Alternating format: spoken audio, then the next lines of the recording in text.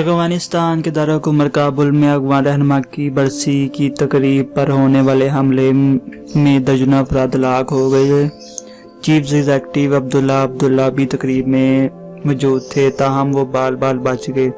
کابل میں افغان رہنما عبدالعلی مظہر کی برسی کی تقریب پر خوفناک حملہ کیا گیا۔ ابتدا میں راکٹ فائر کیا گیا۔ دھماکے کے بعد تقریب میں موجود لوگوں کو گولیوں کا نشانہ بنایا گیا، جس میں درجنوں افراد ہلاک ہو گئے۔ بتایا جا رہا ہے کہ حملے میں 27 افراد کی جان سے گئے۔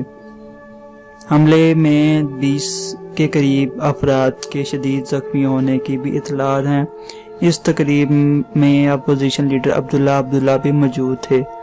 افغانستان میں ہائی پیس کونسل کے سربراہ محمد کریم خلیلی خطاب کر رہے تھے کہ مسلح افراد نے تقریب میں گھس کر اندھادھند فائرنگ شروع کر دی۔ Subscribe to our channel by clicking the subscribe button.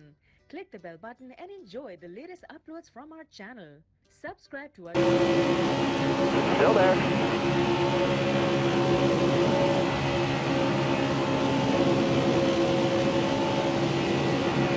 Careful, still there.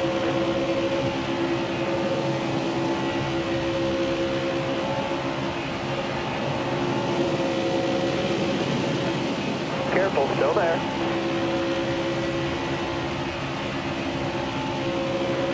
Outside.